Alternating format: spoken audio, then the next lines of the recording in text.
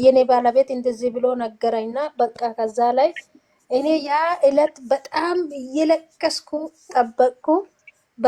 በጉጉትም ደግሞ ጠበቅኩና ፈጣሪ እጅ ደርሶ ብረቱም በሰላም እግር ላይ አወጥቶ እግሩ ምንም የለም ኖርማል ናት።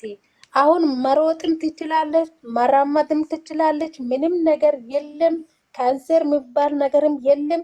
ቁስል የሚባልም የለም። ኖርማል በቃ ኖርማል ነፃ ናት ብሎ ሕክምናም አቆሜ። መድኃኒትም ምንም ነገር አያስፈልግም ብሎ በዛ ላይ ደግሞ እሱ እጅ ላይ ብርም አለቀ። ትንሽ ብር ቀረውና ይሄንን ብረት ሲያወጣ ትንሽ ልጅቷ ትንሽ የተሰማ ስሜት አለ ልጁም ስለሆነ በቃ አንድ ሴትዮዋ ደግሞ እኔ የኔ መድኃኒት ይሰጣለሁ ብላ አንድ 10,000 ብር የሚበልጥ መድኃኒት በነፃም ሰጠች። በነፃም ሕክምና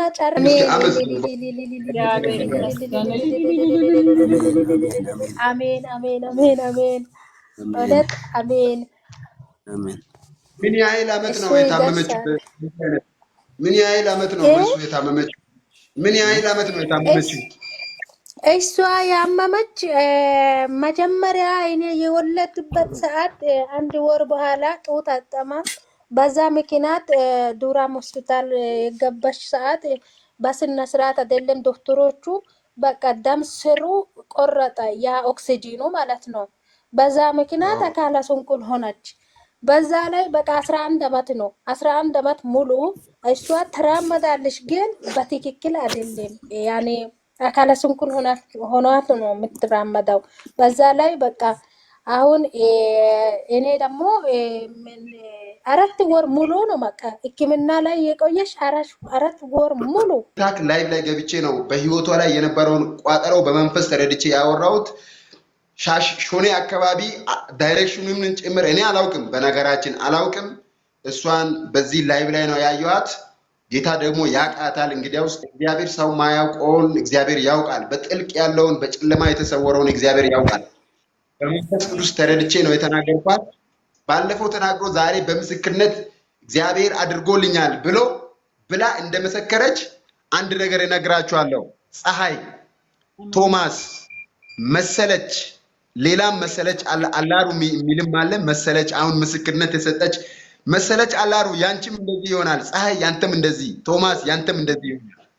አሜን። በኢየሱስ አሜን አሜን አሜን። ኢየሱስ እውነቴን ነው የምላችሁ። በእኔ ቸርች ላይ ዛሬ ካገለገልኩ እኔ በማገለግለው ቸርች ላይ ዛሬ ከተናገርኩ ነገ ላኪ።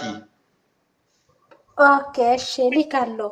እሺ ቪዲዮን ፎቶዎቿን የኔን ስልክ አለ አንቺ ጋር? አዎ አለ። አዎ ግን ይሄ ስልክ ስክሪን ትንሽ ተበላሽቶ ስለሆነ አይታይም። አሁን እንደገና ወስዳለሁ። በዚህ ባዮ ላይ ያለው ስልክ አንተ አይደለም?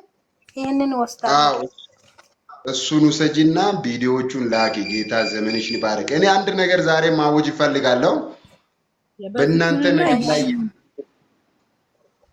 መሱ። እግዚአብሔር ዘመንሽን ስለ ምስክርነትሽ አመሰግናለሁ። የልጅሽ ጤና በኢየሱስም ፍጹም ይሁን። አሜን አሜን። በኢየሱስ አንድ ነገር ልንገርሻለሁ። ብዙ ዘመናት ለ15 አመት ሙሉ 12 አመት ሙሉ በቤታችሁ ላይ 11 አዎ 11 አመት ሙሉ እሷ የታመመችው 11 አመት ከ11 አመት በፊት ደግሞ 2 አመት እና 3 አመት